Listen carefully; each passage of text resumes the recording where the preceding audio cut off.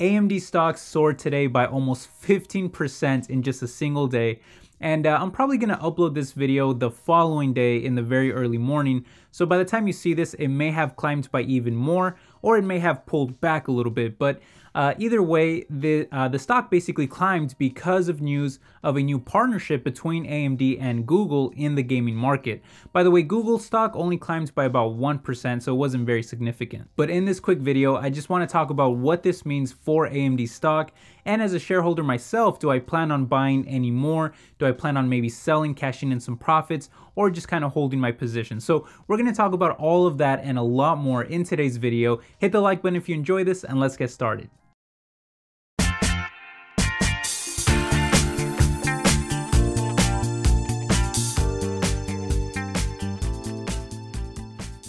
What's up everybody, my name is Ala and welcome to my world of stocks. Now AMD is no stranger to the gaming market. In fact, a ton of their revenue actually comes from gaming itself, and they have a presence in the gaming market through various different outlets. In fact, they power both the PlayStation and Xbox home gaming consoles, and they offer a variety of CPUs and GPUs for the PC gaming market as well. Most recently, that attention has gone to the Ryzen CPUs and Vega GPUs, which will both have 7nm versions this year, meaning that they'll pump out better performance with less power usage. Keep in mind that their competitors in Intel and Nvidia are still mostly working with 14nm and 12nm versions of their own chips respectively. Of course, in this case, smaller is usually better, although some people would argue that something like Intel's 10nm is about the same as AMD's 7nm, but it still led to a lot of investors rushing into AMD stock as a result. That's as far as I'm going to go into AMD's overall business in this video, because I did just make a full analysis video on AMD stock less than a week ago, so I'll just link that video down below in the description and on a pinned comment if you want to learn more about AMD and their competitors. But this of course leads us to the reason why AMD stock soared today, and it has a lot to do with Google entering the gaming market. See, Google made an appearance at GDC 2019, which stands for Game Developers Conference, and they announced their new video game streaming platform called Google Stadia.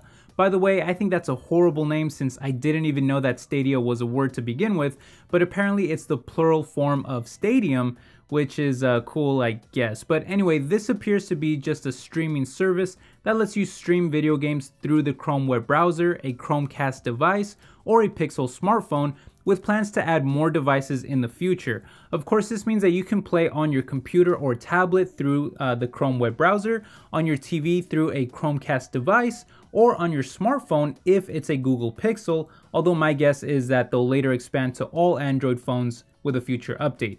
In any case, you might be thinking that this sounds awfully similar to what Microsoft is doing with Project xCloud, and you'd be right in that you don't need to have an actual console to use this service, because Google and also Microsoft will have their own gaming console setup integrated into their server blades that are sitting in their data center infrastructure, allowing video games to be streamed over to you through the cloud, that being Google Cloud or Microsoft Azure.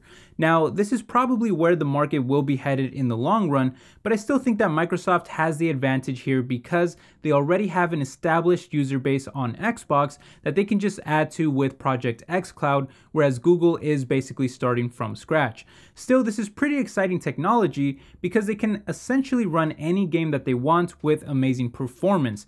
In fact, they're already teasing 4K graphics at 60 FPS, with even 8K graphics at 120 frames per second being possible sometime in the future. That's pretty mind-blowing considering that home consoles struggle just to do 4K at 60 or even 30, with the base version struggling to do just 1080p at 60 or sometimes even 30 frames per second. Of course, these massive improvements are made possible through Google Stadia because they're doing all the heavy lifting on their servers and then just streaming the game out to you through the cloud. And a couple other interesting things to note is that Google is also setting up their own game studio to develop first-party games exclusively for the new platform, And there is even news going around that with this technology, they could potentially make battle royale games consisting of an enormous amount of players. For context, the massively popular Fortnite caps out at 100 players per match, but Google Stadia may be able to do hundreds if not thousands of different players, which would undoubtedly be a huge deal and help attract many new gamers to the platform. Speaking of attraction, this should also have a very low barrier to entry because you may not even need an actual console or high-end PC to use Google Stadia.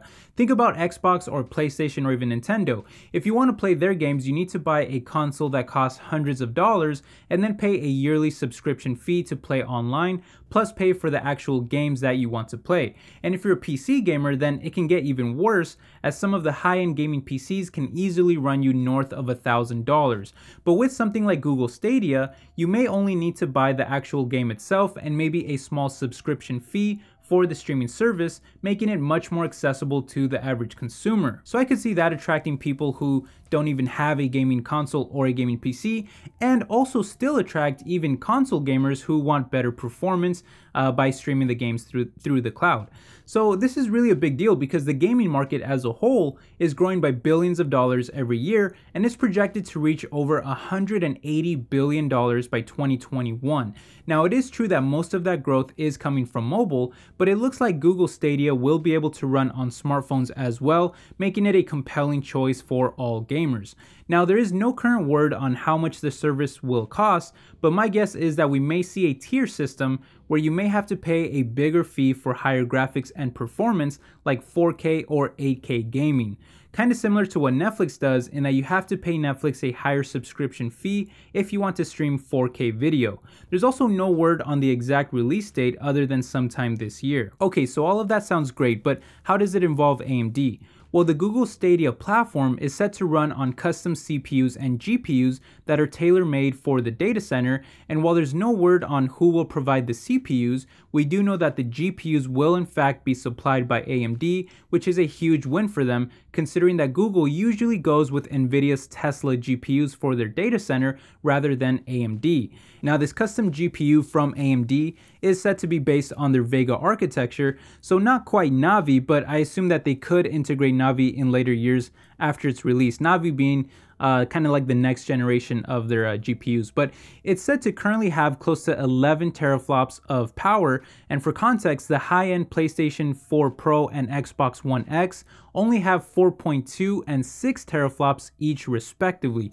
I personally have an Xbox One X and a high-end gaming PC myself, and I still find the Google Stadia project very interesting and maybe even appealing. But don't get me wrong, I still absolutely have my concerns about Google Stadia, because as more of a multiplayer gamer myself, I know how bad it can be when you have a lot of lag or server issues, both of which if Google Stadia has issues with, it can really just disrupt the whole gaming experience, and it would really upset, I think, a lot of dedicated gamers or more hardcore multiplayer gamers especially. And because Google is really starting from scratch, I would not be surprised at all if they do have some early on issues, whereas, Microsoft is pushing Project xCloud later this year, but they have a lot of experience in the gaming market and just gaming services and things like that. So they've been doing Xbox for many years, and they also have the Game Pass service, and so they have a little bit more experience with those type of services and video gaming and stuff like that. It's not a direct comparison, but it's kind of similar.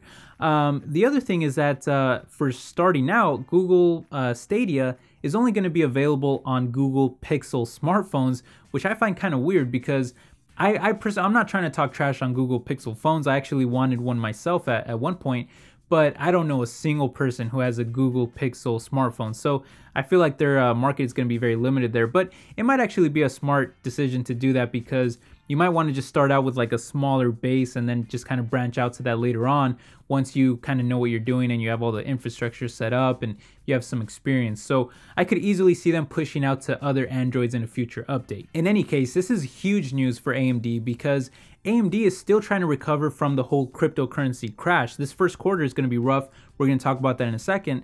But what they really need is their data center business to take off and kind of help offset a lot of the issues that they had with cryptocurrency. The cryptocurrency crash led to a bunch of secondhand GPUs kind of flooding the market, a bunch of used GPUs flooding the market, which is hurting their GPU sales of their new products and things like that. So their new upcoming 7nm products, and of course in the data center market, that's where really they need to see a lot of growth there to help offset that cryptocurrency crash. So the fact that they're not only getting this deal with Google, but that they're the ones getting it and not a competitor like Nvidia, which we thought would probably have gotten it, that's a really big deal for AMD. Of course, we still need to see if this service actually takes off and if it's well received by gamers. I personally am going to be holding back just kind of in the beginning stages of it, but later on, if I see some potential there, then I might be more interested.